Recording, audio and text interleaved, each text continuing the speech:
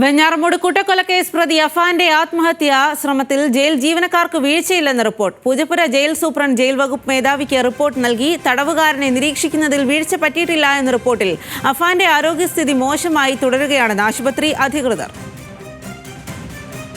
അഞ്ജു ജയപ്രകാശാണ് വിവരങ്ങളുമായി ചേരുന്നത്. അഞ്ജു, എന്താണ് ഇപ്പോൾ റിപ്പോർട്ടിൽ പറയുന്നത്? അതുപോലെ തന്നെ അഫാന്റെ ആരോഗ്യസ്ഥിതി ഇപ്പോൾ എങ്ങനെയാണ്?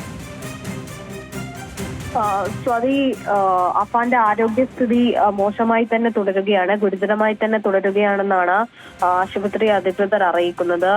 ഈ അഫാൻ മരുന്നുകളോടൊക്കെ പ്രതികരിച്ചാൽ ആരോഗ്യസ്ഥിതിയിൽ ചിലപ്പോൾ മാറ്റമുണ്ടാകും. പക്ഷെ നിലവിലെ സാഹചര്യം അത്തരത്തിലല്ല എന്നതാണ് ആശുപത്രി അധികൃതർ അഫാന്റെ അഭിഭാഷകരോടുൾപ്പെടെ കഴിഞ്ഞ ദിവസം വിവരങ്ങൾ പങ്കുവച്ചിട്ടുണ്ടായിരുന്നു.